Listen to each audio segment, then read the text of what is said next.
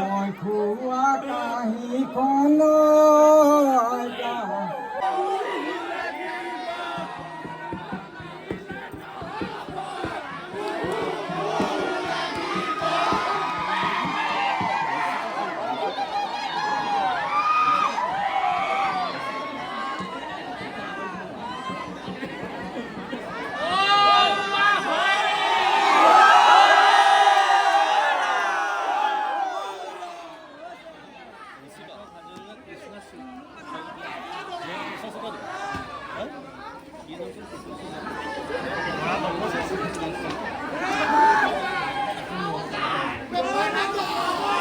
খুব ধুনীয়া দৰা কইনা আমাৰ ভাল লাগিছে আমি তোমালোকলৈও আমাৰ তৰফৰ পৰা যুগ্ম জীৱনৰ হিয়া ভৰা শুভেচ্ছা জ্ঞাপন কৰিছোঁ আশা ৰাখিছোঁ ওপৰলে তোমালোকক কুশলে ৰাখক আমি এই মুহূৰ্তত দৰাৰ পৰিচয়টো বিচাৰিছোঁ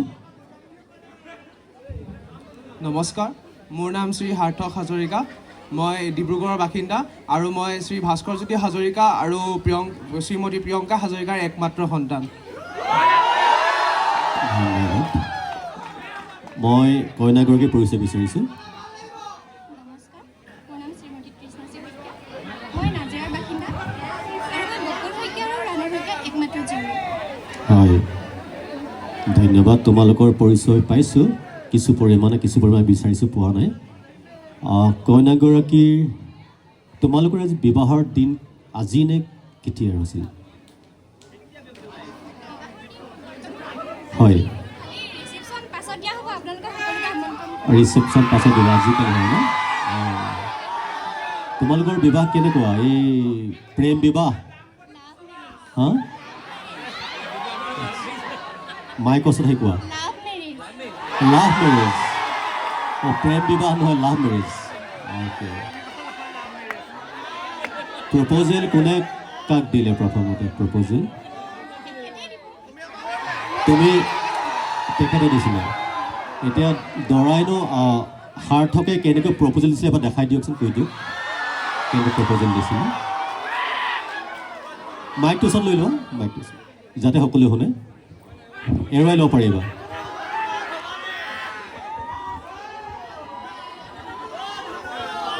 তুমি মোৰ জীৱন সংগী হ'বানে তৃষ্ণাশ্ৰী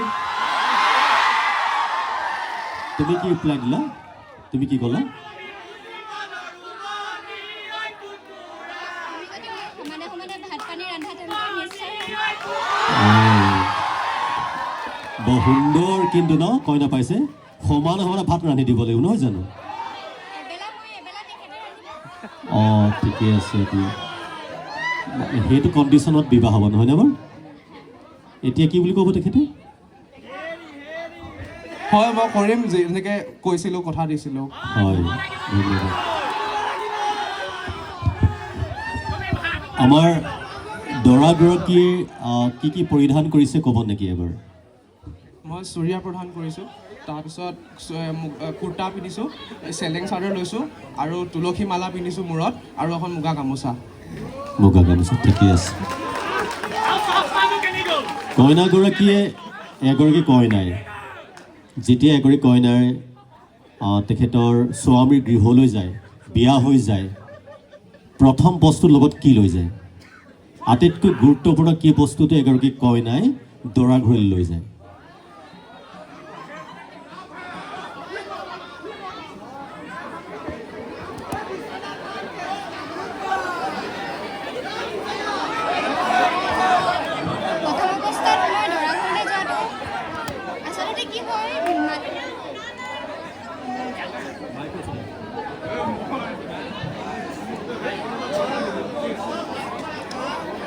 এজনী ছোৱালী ডাঙৰ দীঘল কৰা কিমান কষ্ট আমি সকলোৱে জানো তো সেইটো কথাত চাব গ'লে মা দেউতাৰ মানে মাজৰ পৰা মই যে এওঁলৈ গৈছোঁ এখন ঘৰ এৰি পিনি মই এওঁলৈ গৈছোঁ সিমানে তেওঁৰ কাৰণে বহুত ডাঙৰ কথা হ'ব লাগে ভালকৈ শুনা নাপালোঁ কি ক'লে পাছৰ দিশৰ নহয় মানে মা দেউতাৰ মাজৰ পৰা যিহেতু মই তেওঁলৈ গৈছোঁ ইমান দিন ঘৰত থাকি ইমান দিন ঘৰৰ পৰিয়ালৰ লগত মিলিজুলি থাকি যেতিয়া মই এখন ঘৰলৈ গৈছোঁ নিজৰ ঘৰখন এৰি তো সেই হিচাপত চাব গ'লে মই যোৱাটোৱে তেওঁৰ কাৰণে বহুত ডাঙৰ কথা হ'ব লাগিব। মানে আপোনাৰ ভাষ্য মতে আপুনি তেখেতৰ সম্পদ হৈ পৰিছে নহয় জানো, হয়নে? ধন্যবাদ। মই মাইক্ৰফোনটো আমাৰ দুৰাচাক আগবঢ়াই দিছোঁ। বিবাহ এক সামাজিক অনুষ্ঠান, দুখন পবিত্ৰ হৃদয়ৰ মিলনেই বিবাহ, লগতে দুখন ঘৰৰ এটা সম্বন্ধ গঢ় লৈ উঠে। তাৰ পাছতো প্ৰেম বিবাহেই হওক বা আমাৰ ঘৰৰ পৰা ঠিক কৰা বিবাহেই হওক, সাম্প্ৰতিক সমাজত দেখা যায় যে বিবাহ বিচ্ছেদ বা আমাৰ বিভিন্ন ঘটনাবিলাক আমি দেখি থাকোঁ, শুনি আছোঁ। তুমি আশ্বস্ত হ'ব পাৰিবানে যে তোমাৰ স্বামীয়ে তোমাক নিৰাপত্তা দিব, তোমাক মৰমেৰে এটা জীৱন অতিবাহিত কৰিবলৈ সুযোগ দিব? আৰু বৰ্তমান প্ৰেক্ষাপটত এই যে ঘটনাবোৰ কিয় ঘটি আছে বাৰু? বিবাহ বিচ্ছেদ যে বেছিকৈ বাঢ়িছে, খুব চব প্ৰেম বিবাহেতো হয়, বিবাহ বিচ্ছেদ কিয় হয় আৰু এইবিলাক নহ'বৰ কাৰণে আমি কি কৰিব লাগিব? ইয়াৰ অন্তত কি কাৰণ লুকাই থাকিব পাৰে? তোমালোকৰ দুইজনে এটা উত্তৰ দিয়াচোন সুন্দৰকৈ। মোৰ কথাত চাব গ'লে এখেতে মোক কেতিয়াও বিবাহ বিচ্ছেদৰ মানে অপশ্যনটো আনি নিদিয়ে, যিহেতু এওঁ মোক প্ৰপ'জেল যেতিয়া দিছিলে ফেচবুকত মানে ইমানেই মেছেজ দি থাকে, মানে মই বাৰে বাৰে ইগন'ৰ কৰাৰ পাছতো তেওঁ মানে মোক বাৰে বাৰে মেছেজ দি থাকে। তো সেইটো হিচাপত চাব গ'লে এওঁ মোক কেতিয়াও এনেকুৱাখিনি পৰিস্থিতিৰ মানে সন্মুখীন হ'ব নিদিয়ে। জানিছোঁ ফেচবুকত আমি দেখিছোঁ যে ফেচবুকত হোৱা 190% বিবাহে কিন্তু বিফল বিবাহ বুলি জানো। আমাৰ বহু ছোৱালী কলঙত উঠি গৈছে, বিবাহৰ এমাহ পিছত জ্বলাই দিছে। এনেকুৱা ঘটনা আমি দৈনন্দিন এটা ঘটনা আমি সদায় শুনিবলৈ পেপাৰত পঢ়ি থাকোঁ। ইয়াৰ কিন্তু উৎসটো ফেচবুকৰ বিবাহ মানেই এখন সুখৰ বিবাহ হৈছে বুলি আমি নাভাবোঁ। কিন্তু এই ক্ষেত্ৰত লুকাই থকা কেৰুণবোৰ কি বুলি ভাবা, সেইটোৱে মই সুধিব বিচাৰিছোঁ।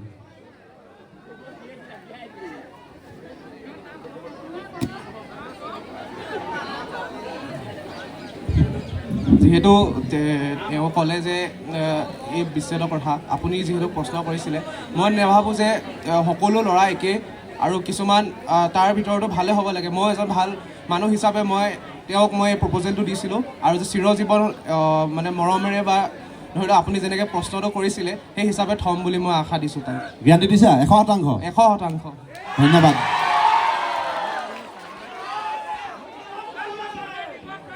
হ'ব, সাৰ্থক আৰু তোমাৰ সংগিনী মঞ্চ ত্যাগ কৰিব পাৰে। সাৰ্থক হাজৰিকা আৰু তৃষ্ণাজী শইকীয়ালৈ ধন্যবাদ জ্ঞাপন কৰিছোঁ। এইবাৰ মঞ্চলৈ আমন্ত্ৰণ জনাইছোঁ ঋষিকা চেতিয়া আৰু পৰাগজ্যোতি বৰা। সাজু হৈ থাকিব সুকন্যা কোঁৱৰ আৰু উজ্জ্বলদীপ সাহা। মঞ্চলৈ আমন্ত্ৰণ জনাইছোঁ।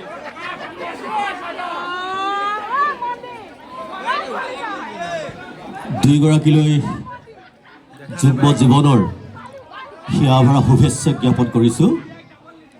ভগৱানে তোমালোকক কুশলে ৰাখক। আজি তোমালোকৰ বিবাহৰ আজি হৈছে নে কালি হৈ গ'ল? ছাৰ কালি হ'ল। কালি হ'ল ন? ঠিকে আছে। বিবাহৰ সংজ্ঞা এটা দিয়া, আমি দেৰি নকৰোঁ। বিবাহৰ সংজ্ঞা এটা দিয়া, কইনাই দিয়া। ছাৰ বিবাহ হৈছে সামাজিক সংস্থা,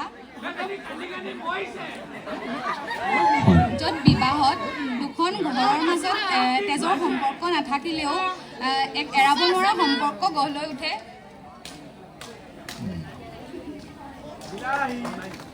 তোমাৰ পৰিচয়টো দিয়াচোন। নমস্কাৰ ছাৰ, মোৰ নাম শ্ৰীমতী কস্তুৰী কোচ।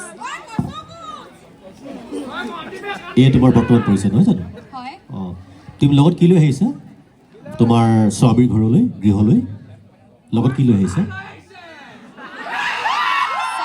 এখন ঘৰৰ জীয়ৰীগৰাকীক তেওঁলোকৰ ঘৰৰ লক্ষ্মী বুলি কোৱা হয় আৰু এখন ঘৰৰ জীয়ৰীগৰাকীয়ে এৰি থৈ আহোঁতে স্বামীৰ ঘৰলৈ লক্ষ্মীজনী নিজে গুচি অহা হয় ঘৰখনত। সেইকাৰণে কোৱা হয় যে ঘৰৰ লক্ষ্মীজনী গুচি যোৱাৰ বাবে স্বামী ঘৰলৈ লক্ষ্মীগৰাকীয়ে গুচি অহা হয়।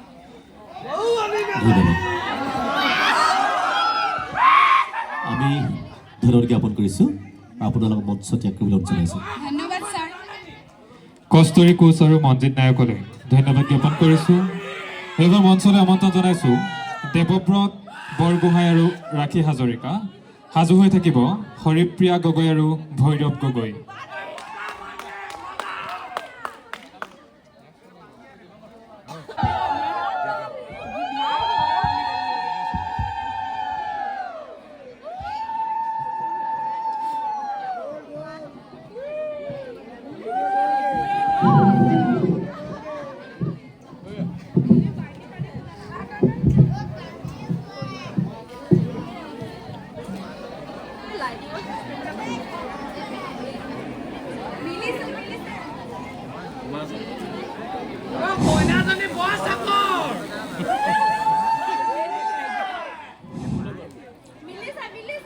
তোমালোকৰ বিবাহ কেতিয়া হ'ল? ছাৰ যোৱাকালি ৰাতি হৈ গৈছে আমাৰ বিবাহ। এতিয়া ক'ত আছাহি? যিহেতু মোৰ এখেতৰ ঘৰ চৰাইদেউ নিমনাগড়ত, গতিকে আমি নিমনাগড়ৰ পৰা আহি বৰ্তমান ইয়াত উপস্থিত হৈছোহি। ৰাতি বিয়া হৈ গ'ল? ৰাতি বিয়া হৈ গ'ল। তোমালোকৰ প্ৰেম বিবাহ হৈছিলে নেকি? হয় ছাৰ, এক দীৰ্ঘদিনীয়া প্ৰেম যাত্ৰাৰ অন্তত আজি যোৱাকালি আমাৰ বিবাহ হৈ গৈছে।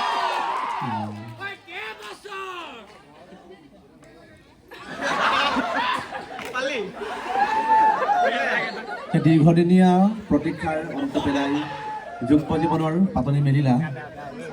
বহুত সপোন আছে, বহুত আশা আছে ন? হয় ছাৰ। এই সপোন আৰু আশাবোৰ কেনেকৈ পূৰণ কৰিম বুলি ভাবিছা বা আগবঢ়াই নিম, জীৱনটোক আগবঢ়াই নিম বুলি ভাবিছা? ছাৰ, যেতিয়া আমি দুয়োজনে ভাল পাই আছিলোঁ তেতিয়াই আমি বহুত কথাই আলোচনা কৰিছিলোঁ। যিহেতু আমাৰ সমবয়স হোৱাৰ বাবে প্ৰথমে ঘৰত আমাৰ সম্পৰ্কটো মানি লোৱা নাছিলে, আৰু সমবয়স হোৱাৰ বাবে আমি দুয়োজনে সংস্থাপনৰ কাৰণে যথেষ্টখিনি কষ্ট কৰিলোঁ। আৰু মা দেউতাই যিহেতু মান্তি হোৱা নাছিলে, অৱশেষত আমি নিজৰ নিজৰ একোটা কৰ্ম সংস্থাপন লাভ কৰি মা দেউতাৰ সন্মতি লাভ কৰিলোঁ।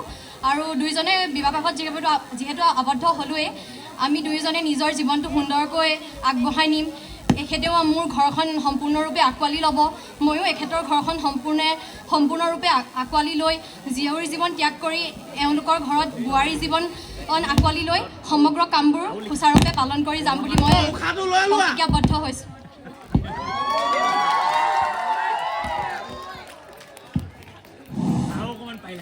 ঠিকে আছে বাৰু। দৰাই এতিয়া কইনা আনিলা? হয় ছাৰ। একেবাৰে আনিলা নে? ছাৰ, মোৰ জীৱনৰ কাৰণে আনিছোঁ। তোমাৰতো দায়িত্ব বাঢ়িল। হয় ছাৰ।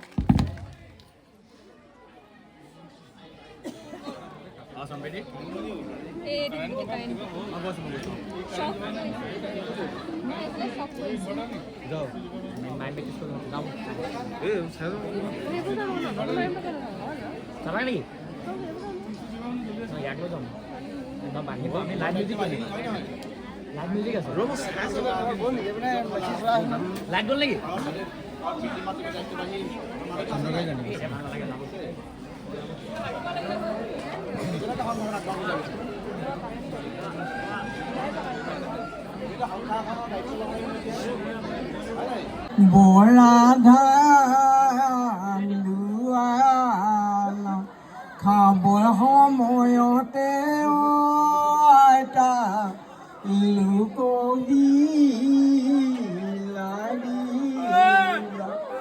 মই খোৱা কাঁহীখন আইতা সলাইনে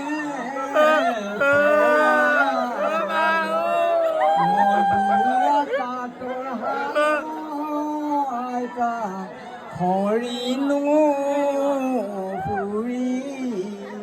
তেতিয়া কেনেকুৱা লাগিছিল?